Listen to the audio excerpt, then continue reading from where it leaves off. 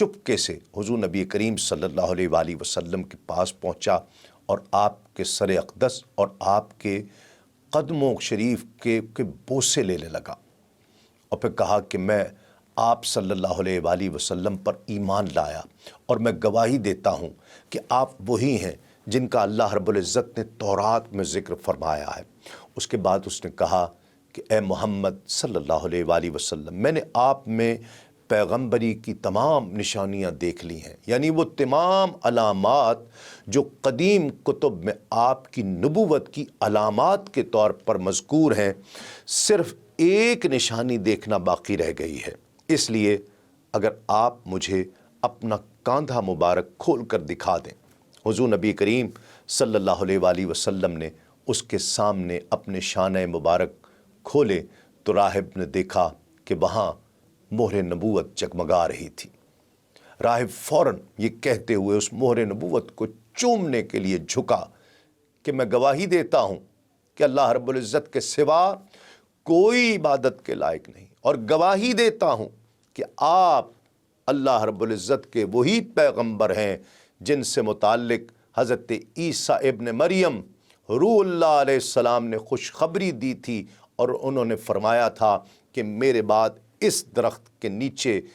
کوئی نہیں بیٹھے گا سوائے اس پیغمبر کے جو امی، ہاشمی، عربی اور مکی، یعنی مکے کا رہنے والا ہوگا،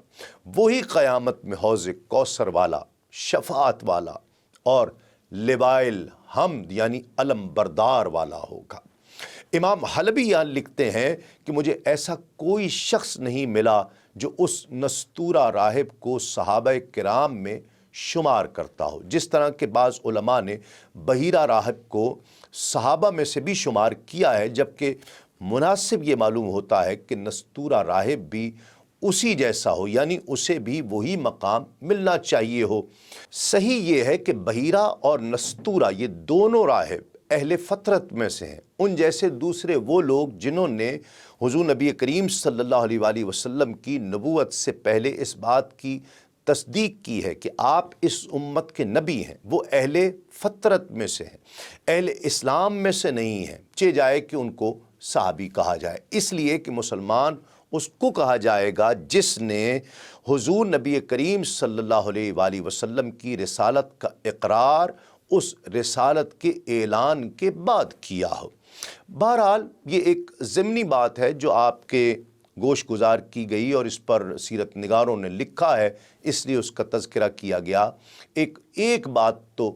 مصدقہ ہے کہ نستورہ نے بحیرہ کی طرف اعلان نبوت سے قبل ہی حضور نبی کریم صلی اللہ علیہ وآلہ وسلم کی رسالت کی شہادت دی تھی۔ ناظرین کرام، اب ذرا اس عظیم المرتبت درخت کے بارے میں ذکر کرتے ہیں جس کے نیچے نبی کریم صلی اللہ علیہ وآلہ وسلم تشریف فرما ہوئے۔ امام حلبی لکھتے ہیں کہ اس درخت جس کے نیچے نستورہ کے مطابق نبی کے سوا کبھی کوئی نہیں بیٹھا، اس کے متعلق یہ بات واضح رہے کہ اس درخت کا اتنے لمبے زمانے تک باقی رہنا کہ وہ حضرت عیسیٰ علیہ السلام کے زمانے سے بھی پہلے سے موجود ہو، اور ان کے بعد حضور نبی کریم صلی اللہ علیہ وآلہ وسلم کے بھی زمانہ اقدس تک باقی رہے، اگرچہ عام عادت کے خلاف سمجھا جاتا ہے۔ پھر اسی طرح پیغمبروں کے علاوہ دوسرے لوگوں کا اس کے نیچے نہ بیٹھنا، یہ بات ذرا ممکن ہے، اس پر بات کی جا سکتی ہے۔ اگرچہ عام عادت کے مطابق ایک درخت اتنے طویل زمانے تک باقی نہیں رہتا، ایسے ہی یہ بات بھی قیاس سے بعید ہے کہ اتنے زمانے تک درخت خالی رہے اور اس کے نیچے نبیوں کے سوا دوسرے لوگ نہ بیٹھیں۔ تو گویا یہ بات ممکن ہونے کے باوجود خرق عادت یعنی عام عادت کے خلاف ایک انوکھی چیز معلوم ہوتی ہے۔ لیکن پیغمبروں کے لیے ایسی خلاف عادت بات کا ظاہر ہونا، جس کو معجزہ کہا جاتا ہے، خاص طور پر حضور نبی کریم صلی اللہ علیہ وآلہ وسلم کے لیے خرق عادت یعنی عام عادت کے خلاف بہت سی چیزیں ظاہر ہو چکی تھیں۔ جہاں تک یہ سوال ہے کہ درخت کی اتنی طویل عمر نہیں ہوتی، یہ بات تو غلط ہے۔ آج ماہرین نے سائنسی تحقیقات کے ذریعے بہت سے ایسے درخت دریافت کر لیے ہیں جن کی عمر ہزاروں برس ہوتی ہے، بلکہ امریکہ میں ایک درخت موجود ہے جس کی عمر 2500 سال تک بتلائی جاتی ہے، جبکہ حضرت عیسیٰ علیہ السلام اور حضور نبی کریم صلی اللہ علیہ وآلہ وسلم کے درمیان صرف 500 سال کا فرق ہے۔ پھر یہ بھی کہا جاتا ہے کہ یہ درخت زیتون کا رہا ہوگا، کیونکہ کہا جاتا ہے کہ زیتون کے درخت کی عمر 3000 سال تک ہوتی ہے۔ اور ایک روایت کے مطابق حضور نبی کریم صلی اللہ علیہ وآلہ وسلم ایک خشک درخت کے نیچے اترے تھے جس کی لکڑیاں سوکھ کر بوسیدہ ہو چکی تھی۔ جب آپ صلی اللہ علیہ وآلہ وسلم اس کے نیچے آرام سے بیٹھ گئے تو اچانک ہی اس کے پتے سرسبز ہو کر لہلہانے لگے، اس میں کونپلیں پھوٹ گئیں، کلیاں ظاہر ہونے لگیں اور اس کی شاخیں لٹک کر حضور نبی کریم صلی اللہ علیہ وآلہ وسلم پر لہلانے لگیں۔ امام جلال الدین سیوطی سے مروی خصائص کبریٰ کی ایک اور روایت میں ہے کہ راہب نے جب یہ دیکھا کہ حضور نبی کریم صلی اللہ علیہ وآلہ وسلم پر ایک بدلی سایہ کیے ہوئے ہے تو وہ بے اختیار اپنی خانقاہ سے نیچے اتر آیا اور حضور نبی کریم صلی اللہ علیہ وآلہ وسلم سے پوچھنے لگا تو مشرکین مکہ کے نزدیک مقدم قسم یعنی لات اور عزا کی قسم ہے، کہا کہ بتاؤ تمہارا نام کیا ہے؟ آپ صلی اللہ علیہ وآلہ وسلم نے راہب کو اپنے قریب بڑھتے دیکھا تو فرمایا کہ ہٹو، میرے قریب مت آؤ، مگر راہب نے ایک تحریر نکالی، ایک رکا نکالا اور اسے دیکھنے لگا، پھر خود ہی کہنے لگا کہ تورات والے کی قسم یہ وہی ہیں، یعنی جن کے بارے میں بشارت دی گئی ہے۔ دوسری جانب حضور نبی کریم صلی اللہ علیہ وآلہ وسلم کے قافلے کے دوسرے لوگوں نے بھی دیکھا کہ راہب بہت تیزی کے ساتھ حضور نبی کریم صلی اللہ علیہ وآلہ وسلم کی طرف بڑھا چلا آ رہا ہے، تو انہیں خیال آیا کہ کہیں کسی بری نیت سے نہ آ رہا ہو، اس لیے ان میں سے کسی نے ایک دم تلوار نکالی اور چلانے لگا، اے آل غالب، اے آل غالب۔ اس پکار کو سنتے ہی چاروں طرف سے قافلے کے لوگ دوڑے اور پوچھنے لگے کیا بات ہوئی، کیا واقعہ پیش آیا۔ ادھر راہب نے جو یہ صورتحال اور ان لوگوں کے تیور دیکھے تو وہ تیزی کے ساتھ اپنے خانقاہ کی طرف واپس دوڑا اور اس میں داخل ہو کر دروازہ بند کر لیا۔ پھر وہ ایک کھڑکی میں سے سامنے آیا اور بولا، اے قوم عرب، تم لوگ میری طرف سے کس بات کا ڈر رکھتے ہو؟ قسم ہے اس ذات کی جس نے آسمانوں کو بغیر ستونوں کے اٹھا رکھا ہے، میں اس تحریر میں یہ لکھا ہوا پاتا ہوں کہ اس درخت کے نیچے اترنے والا شخص رب العالمین کا پیغمبر یعنی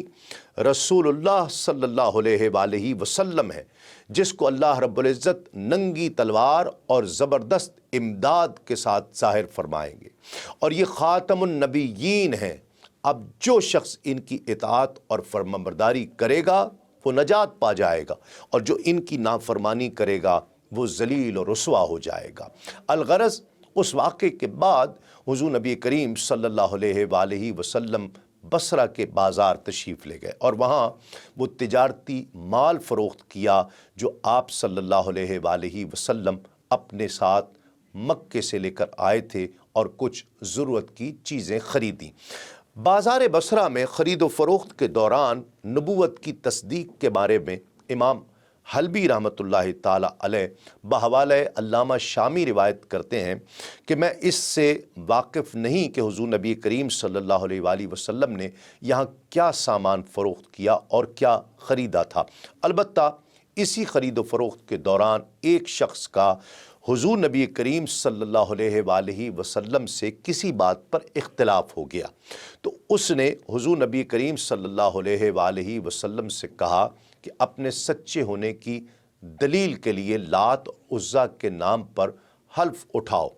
تو آپ صلی اللہ علیہ وآلہ وسلم نے فرمایا کہ میں نے ان بتوں کے نام پر کبھی حلف نہیں کیا۔ وہ شخص جو شاید کوئی عالم ہوگا حضور نبی کریم صلی اللہ علیہ وآلہ وسلم کو پہچان گیا اور بولا کہ تم ٹھیک کہتے ہو۔ اس کے بعد وہ میسرہ سے علیحدگی میں ان کو علیحدہ لے گیا اور ملا اور کہنے لگا کہ یہ شخص نبی ہیں، قسم ہے اس ذات کی جس کے ہاتھ میں میری جان ہے، یہ وہی ہیں جن کا ذکر ہمارے راہب اپنی کتابوں میں پاتے ہیں۔ میسرہ نے اس کی اس بات کو قبول کر لیا۔ ناظرین کرام، تجارت کا یہ سفر بھی ہر لحاظ سے ایک کامیاب تھا۔ سیرت ابن ہشام میں تحریر ہے کہ حضور نبی کریم صلی اللہ علیہ وآلہ وسلم کے اس قافلے نے اپنا مال فروخت کیا اور اتنا نفع کمایا کہ اس سے پہلے اتنا نفع کبھی نہیں کما سکے تھے۔ میسرہ نے آپ صلی اللہ علیہ وآلہ وسلم سے عرض کی کہ اے محمد صلی اللہ علیہ وآلہ وسلم، ہم کئی سالوں سے بی بی خدیجہ کے لیے تجارت کر رہے ہیں، مگر اتنا زبردست نفع ہمیں پہلے کبھی حاصل نہیں ہوا جتنا آپ کے ذریعے ہوا ہے۔ الغرض اس تجارت سے فارغ ہو کر یہ قافلہ مکے کی طرف واپس روانہ ہو گیا۔ اس دوران میسرہ دیکھتا تھا کہ جب دوپہر کا وقت ہوتا تھا اور گرمی اپنے عروج پر ہوتی تو حضور نبی کریم صلی اللہ علیہ وآلہ وسلم اپنے اونٹ پر ہوتے ہوئے کسی سائے میں رہا کرتے تھے۔ ناظرین کرام، امام جلال الدین سیوطی رحمۃ اللہ تعالی علیہ لکھتے ہیں کہ حضور نبی کریم صلی اللہ علیہ وآلہ وسلم کی یہ خصوصیت تھی کہ اس سفر کے دوران آپ صلی اللہ علیہ وآلہ وسلم پر فرشتے بھی سایہ کیے رہتے تھے۔ یہ بھی ممکن ہے کہ مراد یہ ہو کہ حضور نبی کریم صلی اللہ علیہ وآلہ وسلم کے ہر سفر میں آپ کی یہ خصوصیت رہی ہو، مگر میں کسی ایسی روایت سے واقف نہیں کہ اس سفر کے علاوہ بھی آپ صلی اللہ علیہ وآلہ وسلم کے کسی دوسرے سفر میں بھی فرشتوں نے سایہ کیا ہو۔ ایک قول یہ بھی ہے کہ ممکن ہے کہ فرشتے سے مراد وہی بادل کا ٹکڑا ہو جو آپ پر سایہ کیے رکھتا تھا۔ امام حلبی لکھتے ہیں کہ مکے سے حضور نبی کریم صلی اللہ علیہ وآلہ وسلم کی روانگی کے وقت ایک بادل کے ٹکڑے نے حضور نبی کریم صلی اللہ علیہ وآلہ وسلم پر سایہ کر لیا تھا۔ اب گویا جب فرشتوں نے سایہ نہیں رکھا تھا تو جاتے ہوئے تمام راستے وہ بادل کا ٹکڑا آپ پر سایہ کیے رہا اور واپسی میں فرشتوں نے سایہ کیے رکھا۔ میسرہ کا حضرت خدیجۃ الکبریٰ سے بادل کے ٹکڑے کے سایہ کیے رکھنے سے متعلق کچھ ذکر نہ کرنا شاید اس لیے ہو سکتا ہے کہ انہوں نے اس پر غور نہ کیا ہو، جبکہ فرشتوں کو سایہ کیے دیکھنا ظاہر ہے ایسی بات نہیں کہ انسان اس کو اہمیت نہ دے۔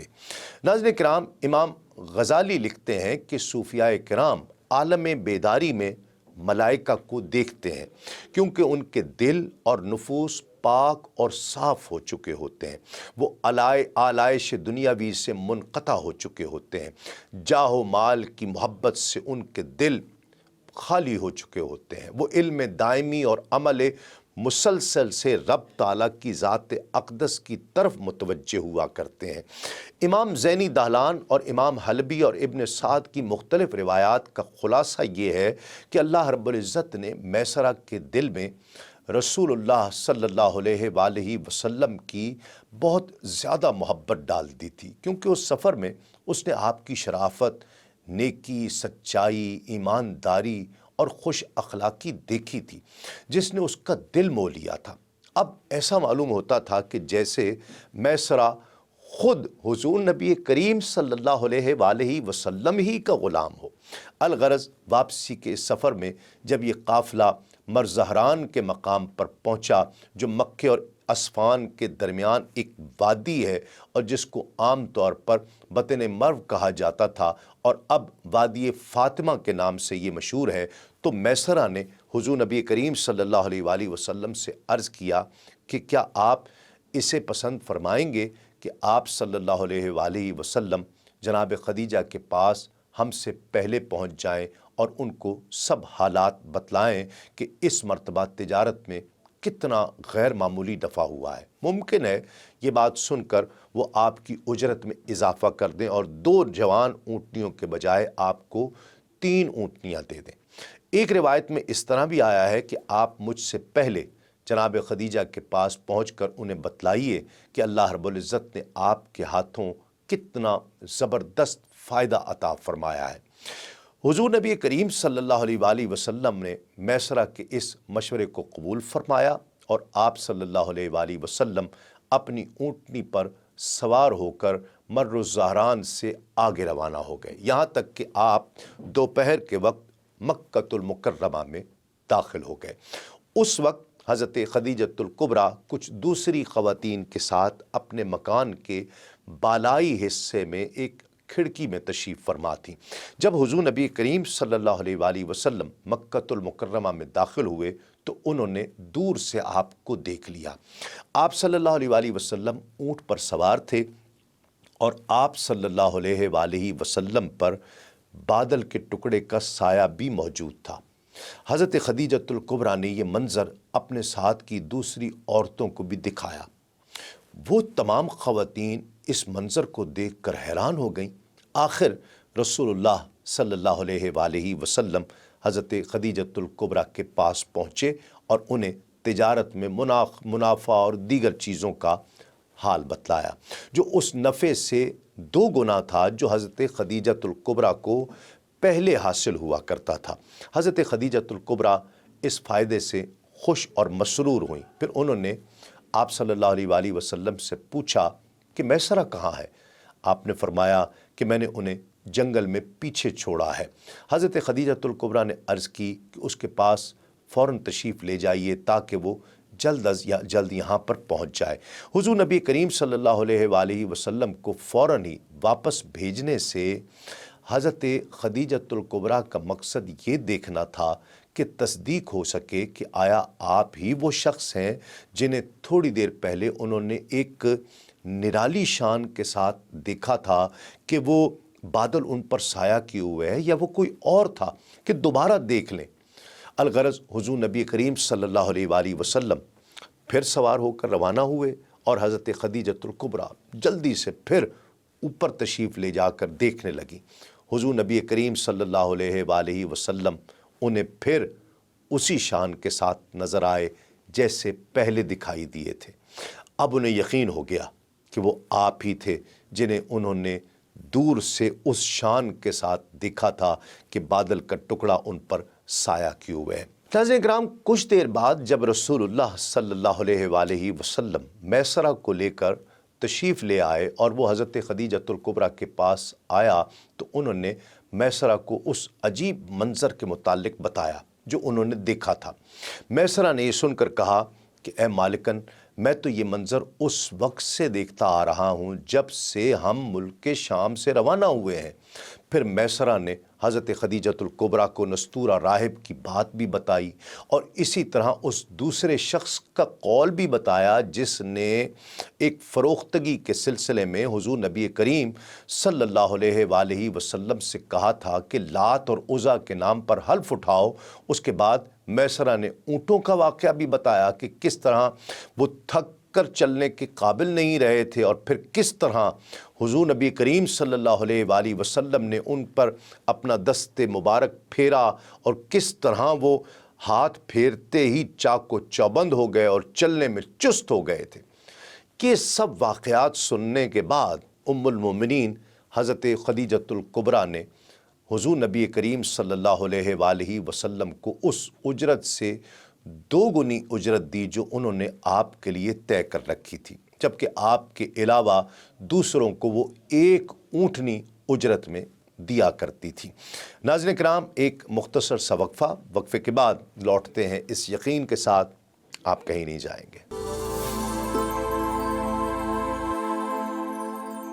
ناظرین کرام، خوش آمدید۔ آپ پروگرام دیکھ رہے ہیں آدم سے خاتم تک، اور وقفے سے پہلے تذکرہ ہو رہا تھا کہ حضور نبی کریم صلی اللہ علیہ وآلہ وسلم شام سے کامیاب تجارت کے سفر سے واپس لوٹ آئے اور حضرت خدیجۃ الکبریٰ نے آپ کی شان دیکھی۔ رسول اللہ صلی اللہ علیہ وآلہ وسلم اور ام المومنین سیدہ خدیجۃ الکبریٰ کے مابین طے پانے والے معاوضے اور اس پر بطور انعام اضافی مال پیش کرنے سے متعلق امام حلبی نے مختلف روایات نقل کی ہیں۔ بعض مورخین کے مطابق حضرت خدیجۃ الکبریٰ نے حضور نبی کریم صلی اللہ علیہ وآلہ وسلم کے لیے 4 جوان اونٹنیاں اجرت میں طے کی تھیں۔ پھر کتاب جامع صغیر میں یہ ہے کہ حضور نبی کریم صلی اللہ علیہ وآلہ وسلم نے فرمایا کہ میں نے 2 سفروں میں خدیجۃ الکبریٰ کو 2 جوان اونٹنیوں کے معاوضے کے عوض اپنی خدمات پیش کی، جن میں سے ایک ملک شام کا یہ سفر، دوسرا تھا اس سے پہلے سفر میں حضرت خدیجۃ الکبریٰ نے آپ صلی اللہ علیہ وآلہ وسلم کو اپنے غلام میسرہ کے ساتھ حباشہ کی منڈی میں بھیجا تھا۔ یہ حباشہ ملک یمن میں ایک مقام کا نام ہے اور مکے سے اس جگہ تک 6 رات کا سفر ہے۔ یہاں خرید و فروخت کا سلسلہ ایک سالانہ بازار میں لگا کرتا ہے، اور جس میں ہر سال رجب کے مہینے کے شروع ایام میں 3 دن تک خریداری ہوا کرتی تھی۔ حضور نبی کریم صلی اللہ علیہ وآلہ وسلم اور میسرہ یہاں سے کپڑا خرید کر کے واپس آئے، جس میں کافی فائدہ حاصل ہوا تھا۔ پھر دوسری مرتبہ حضرت خدیجۃ الکبریٰ نے آپ صلی اللہ علیہ وآلہ وسلم کو اپنے غلام میسرہ کے ساتھ شام بھیجا تھا، مگر اس میں ایک اشکال یہ ہے کہ کتاب مستدرک الحاکم میں ملک شام سے پہلے حباشہ کے علاوہ حضور نبی کریم صلی اللہ علیہ وآلہ وسلم کی ایک اور سفر کا ذکر بھی ملتا ہے، اور اس طرح ملک شام کو آپ صلی اللہ علیہ وآلہ وسلم کا یہ سفر مبارک تیسرا سفر کہا جاتا ہے۔ مستدرک الحاکم کی روایت ہے کہ جس کو علامہ ذہبی نے بھی حضرت جابر رضی اللہ تعالیٰ عنہ سے روایت کیا ہے کہ حضرت خدیجۃ الکبریٰ نے جرش کی طرف 2 سفروں میں حضور نبی کریم صلی اللہ علیہ وآلہ وسلم کی خدمات حاصل کیں، اور دونوں مرتبہ 2 جوان اونٹنیوں کا معاوضہ طے کیا تھا۔ یہ جرش یمن میں ایک جگہ کا نام ہے۔ اب اس روایت کی روشنی میں معلوم ہوتا ہے کہ حضور نبی کریم صلی اللہ علیہ وآلہ وسلم نے حضرت خدیجۃ الکبریٰ کے لیے 3 مرتبہ سفر فرمایا۔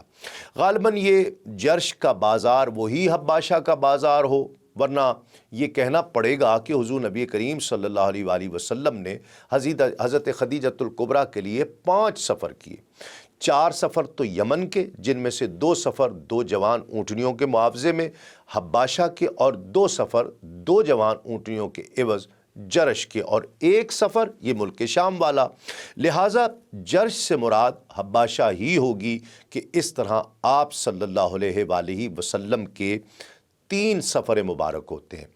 اور پھر جہاں تک اس روایت کا تعلق ہے کہ حضرت خدیجۃ الکبریٰ رضی اللہ تعالی عنہا نے ملک شام کے سفر کے لیے 4 جوان اونٹنیوں کے معاوضے میں آپ کی خدمات حاصل کی تھیں، تو یہ روایت میسرہ کے قول کی روشنی میں غلط ہو جاتی ہے، جس میں میسرہ نے آپ سے کہا کہ ممکن ہے خدیجۃ الکبریٰ آپ کو 2 جوان اونٹنیوں کے بجائے 3 اونٹنیاں دے دیں۔ ناظرین کرام، اب ذکر کرتے ہیں ورقہ بن نوفل کی طرف سے تصدیق نبوت کا۔ ہم جانتے ہیں کہ حضور نبی کریم صلی اللہ علیہ وآلہ وسلم کا بے داغ تجارتی معاملہ آپ کی برکت اور آپ کی خصوصیات دیکھ کر حضرت خدیجۃ الکبریٰ آپ سے بہت متاثر ہو چکی تھی۔ انہوں نے آپ کی وہ نشانیاں، وہ علامات جو انہوں نے خود دیکھی تھیں اور جو ان کے غلام میسرہ نے آپ کو بتلائیں تھیں، وہ اپنے چچا زاد بھائی ورقہ بن نوفل کو بتائیں، جو اس وقت ایک عیسائی عالم تھے، جبکہ اس سے پہلے وہ یہودی بھی رہ چکے تھے اور کتابی شریعت پر عمل کیا کرتے تھے۔ حضرت ام المومنین حضرت خدیجۃ الکبریٰ سے حضور نبی کریم صلی اللہ علیہ وآلہ وسلم کے متعلق یہ باتیں سن کر انہوں نے کہا کہ خدیجہ، اگر یہ باتیں سچ ہیں تو سمجھ لو کہ محمد صلی اللہ علیہ وآلہ وسلم اس امت کے نبی ہیں۔ میں یہ بات سمجھ چکا ہوں کہ وہ اس امت کے ہونے والے نبی ہیں جن کا دنیا کو انتظار ہے، اور یہی ان کا زمانہ ہے۔ ناظرین کرام، رسول اللہ صلی اللہ علیہ وآلہ وسلم کی حیات طیبہ کی دیگر خرید و فروخت سے متعلق امام حلبی رحمۃ اللہ تعالیٰ علیہ لکھتے ہیں کہ حضرت خدیجۃ الکبریٰ کا حضور نبی کریم صلی اللہ علیہ وآلہ وسلم کو اپنے غلام میسرہ کے ساتھ حباشہ کی منڈی میں بھیجنے کا سبب یہ تھا کہ آپ صلی اللہ علیہ وآلہ وسلم وہاں سے ان کے لیے کپڑا خریدے، یعنی کپڑے کے بدلے میں کپڑا خریدے، جبکہ کتاب سفر السعادت میں ہے کہ حضور نبی کریم صلی اللہ علیہ وآلہ وسلم نے اپنی حیات مبارکہ میں چیزوں کی فروخت بھی کی ہے اور خریداری بھی کی ہے۔ البتہ وحی نازل ہونے یعنی اعلان نبوت کے بعد اور ہجرت سے پہلے آپ نے خریداری زیادہ فرمائی ہے، فروختگی کم کی ہے، کیونکہ اس کے تجارتی سلسلے میں خرید و فروخت نہیں فرمائی، اور ہجرت کے بعد آپ صلی اللہ علیہ وآلہ وسلم نے صرف 3 مرتبہ ہی کچھ فروختگی فرمائی ہے، ہاں خریداریاں بہت فرمائی ہیں۔ اسی طرح آپ نے اپنی حیات مبارکہ میں دوسروں سے بھی اجرت پر کام لیا ہے، اور خود بھی دوسروں کے لیے اجرت پر کام کیا ہے، لیکن دوسروں سے اجرت پر زیادہ کام لیا ہے۔ اسی طرح مختلف معاملات میں آپ نے دوسروں کو بھی اپنا وکیل بنایا ہے، اور دوسروں کے معاملات میں خود بھی وکیل بنے ہیں، مگر زیادہ تر آپ خود ہی دوسروں کے وکیل بنے ہیں۔ امام حلبی مزید لکھتے ہیں کہ نبوت سے پہلے حضور نبی کریم صلی اللہ علیہ وآلہ وسلم اس قسم کے تجارتی معاملے فرمایا کرتے تھے۔ حضرت خدیجۃ الکبریٰ کے ساتھ یہ معاملہ کرنے سے پہلے آپ ایک شخص صائب ابن صائب سیفی کی تجارت میں شریک ہوئے تھے۔ جب فتح مکہ کے وقت یہ صائب حضور نبی کریم صلی اللہ علیہ وآلہ وسلم کی خدمت میں حاضر ہوا تو کہا کہ میرے بھائی اور میرے شریک کو مرحبا، خوش آمدید، جس نے نہ کبھی بد معاملگی کی اور نہ کبھی کوئی جھگڑا کیا۔ اس روایت میں صحیح طور پر یہ معلوم نہیں ہوتا کہ یہ بات حضور نبی کریم صلی اللہ علیہ وآلہ وسلم نے صائب سے فرمائی تھی یا صائب نے حضور نبی کریم صلی اللہ علیہ وآلہ وسلم سے کہی تھی۔ بہرحال وہ حضور نبی کریم صلی اللہ علیہ وآلہ وسلم کی اعلان نبوت سے پہلے آپ کا تجارتی شریک رہا تھا، اور پھر حضور نبی کریم صلی اللہ علیہ وآلہ وسلم کے اعلان نبوت کے بعد آپ کا شریک رہنے پر فخر بھی کیا کرتا تھا، اور وہ کہا کرتا تھا کہ حضور نبی کریم صلی اللہ علیہ وآلہ وسلم بہت بہترین پارٹنر ہے، جو نہ بد معاملگی کرتے تھے اور نہ جھگڑا کرتے تھے۔ اس سے معلوم ہوتا ہے کہ یہ جملہ حضور نبی کریم صلی اللہ علیہ وآلہ وسلم نے صائب کے لیے نہیں، بلکہ صائب نے حضور نبی کریم صلی اللہ علیہ وآلہ وسلم کے لیے فرمایا۔ یہ بھی ممکن ہے کہ حضور نبی کریم صلی اللہ علیہ وآلہ وسلم اور صائب دونوں ایک دوسرے کے بارے میں یہی جملہ کہا کرتے ہوں۔ یہ صائب ناظرین کرام ان لوگوں میں سے ہیں جن کی حضور نبی کریم صلی اللہ علیہ وآلہ وسلم نے خاطرداری بھی فرمائی، چنانچہ جیرانہ کے مقام پر آپ صلی اللہ علیہ وآلہ وسلم نے اس کو غزوہ حنین کے مال غنیمت سے کچھ عطیہ بھی دیا تھا۔ سیدہ خدیجہ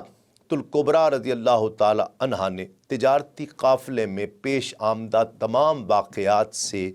آگہی حاصل کرنے، ورقہ بن نوفل کی بشارت اور رسول اکرم صلی اللہ علیہ وآلہ وسلم کی امانت داری اور شرافت کے تذکرے سننے کے بعد اپنے آئندہ نکاح نہ کرنے کے فیصلے پر نظر ثانی فرماتے ہوئے رسول اللہ صلی اللہ علیہ وآلہ وسلم کو پیغام نکاح بھیجنے کا فیصلہ فرمایا۔ لیکن ناظرین کرام، ان تفصیلات سے قبل ہم مناسب سمجھتے ہیں کہ ام المومنین سیدہ خدیجۃ الکبریٰ رضی اللہ تعالی عنہا کے حسب، آپ کے نسب، آپ کی خاندانی شرافت اور رسول اکرم صلی اللہ علیہ وآلہ وسلم کے ساتھ آپ کے نکاح سے قبل کی زندگی سے متعلق مختصراً آگاہی حاصل کر سکیں۔ ناظرین کرام، علامہ عبد البر قرطبی لکھتے ہیں کہ حضرت خدیجۃ الکبریٰ رضی اللہ تعالی عنہا عرب کے شریف اور معزز خاندان سے تعلق رکھتی تھی، گویا آپ بھی اسی قریشی خاندان سے ہیں جس خاندان مبارک سے رسول اللہ صلی اللہ علیہ وآلہ وسلم ہیں۔ فرق صرف اتنا ہے کہ سیدہ خدیجۃ الکبریٰ رضی اللہ تعالی عنہا کا قبیلہ بنو اسد کہلاتا ہے، اور نبی کریم صلی اللہ علیہ وآلہ وسلم کا قبیلہ بنو ہاشم کہلاتا ہے، اور یہ دونوں قبیلے آپس میں بہت قریبی ہیں، یعنی دونوں ہی عدنانی ہیں اور جناب قصی بن کلاب کی نسل سے ہی ہیں۔ اس لحاظ سے حضرت خدیجۃ الکبریٰ نبی الامی جناب رسول اللہ صلی اللہ علیہ وآلہ وسلم سے نسبی اعتبار سے زیادہ دور نہیں ہے۔ ان کا مختصر شجرہ یہ ہے: خدیجہ بنت خویلد بن اسد بن عبد العزیٰ بن قصی۔ اس سے آگے شجرہ نسب سیدنا و نبینا و مولانا محمد مصطفیٰ صلی اللہ علیہ وآلہ وسلم سے جا ملتا ہے۔ علامہ ابن سعد لکھتے ہیں کہ سیدہ خدیجۃ الکبریٰ رضی اللہ تعالیٰ عنہ کے دادا اسد بن عبد العزیٰ کی بہت سی اولاد تھی۔ سب سے بڑے بیٹے مطلب تھے، پھر خویلد جو سیدہ خدیجۃ الکبریٰ رضی اللہ تعالیٰ عنہا کے والد گرامی تھے، پھر نوفل جن کے صاحبزادے ورقہ تھے جو عیسائی عالم تھے۔ سیدہ خدیجۃ الکبریٰ رضی اللہ تعالیٰ عنہا کی پھپھی ام حبیب تھی۔ ان کی رشتہ داری رسول اللہ صلی اللہ علیہ وآلہ وسلم کے ننیال مبارک بنو زہرہ میں اس طرح تھی کہ یہ ام حبیب حضرت آمنہ بنت وہب کی نانی تھی۔ ناظرین کرام، اسد الغابہ فی معرفت الصحابہ میں تحریر ہے کہ سیدہ خدیجۃ الکبریٰ رضی اللہ تعالی عنہا کے والد گرامی خویلد بن اسد صاحب اولاد تھے اور اپنے قبیلے کے سرکردہ افراد میں تھے۔ ان کے سب سے بڑے بیٹے حزام تھے، جن کے بیٹے حکیم کو دار الندوہ کا منتظم بنایا گیا تھا۔ سردار خویلد کے ایک بیٹے کا نام عوام تھا، جن کی شادی اللہ رب العزت کے رسول صلی اللہ علیہ وآلہ وسلم کی پھوپھی جان سیدہ صفیہ بنت عبد المطلب رضی اللہ تعالی عنہا سے ہوئی تھی۔ عوام کے ایک بیٹے کا نام سیدنا زبیر رضی اللہ تعالی عنہ تھا، جو عشرہ مبشرہ میں سے ہے، اور خویلد بن اسد کی بیٹیوں میں ایک بیٹی تو خود سیدہ خدیجۃ الکبریٰ رضی اللہ تعالی عنہا تھی، جو سیدۃ النساء العالمین تھی، اور ایک بیٹی کا نام سیدہ حالہ رضی اللہ تعالی عنہا تھا، جو اللہ کے رسول کی صاحبزادی سیدہ زینب رضی اللہ تعالی عنہا کی ساس تھی۔ یہ بھی یاد رہے کہ سیدہ زینب رضی اللہ تعالی عنہا کی شادی حالہ رضی اللہ تعالی عنہا کے بیٹے ابو العاص بن ربی رضی اللہ تعالی عنہ سے ہوئی تھی۔ یہ سلسلہ نسب حضرت خدیجۃ الکبریٰ رضی اللہ تعالی عنہا کے خاندانی شرف اور اعزاز کی دلالت کرتا ہے۔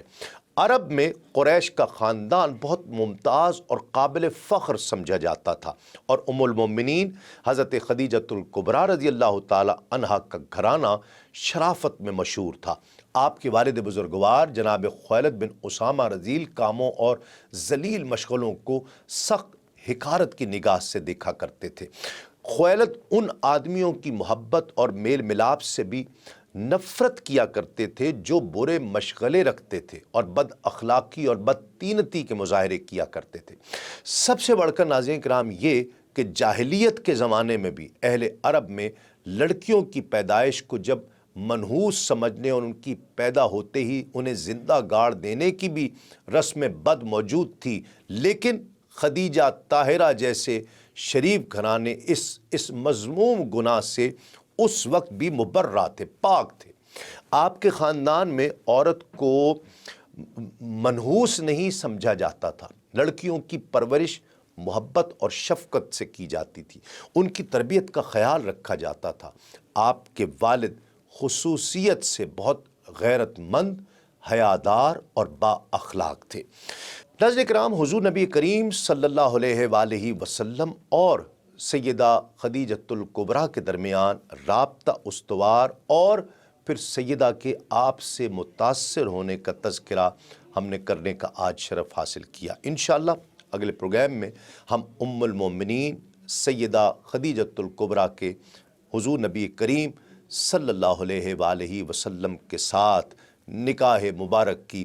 تفصیل کا تذکرہ کریں گے، اور خانہ کعبہ کی تعمیر نو کا تذکرہ بھی انشاءاللہ اگلے پروگرام میں ہوگا۔ آج کے لیے اتنا ہی۔ دیکھتے رہیے آدم سے خاتم تک صرف سنو ٹی وی پر۔ تسلیم احمد صابری کو اجازت دیجیے۔ السلام علیکم۔ تسلیمات۔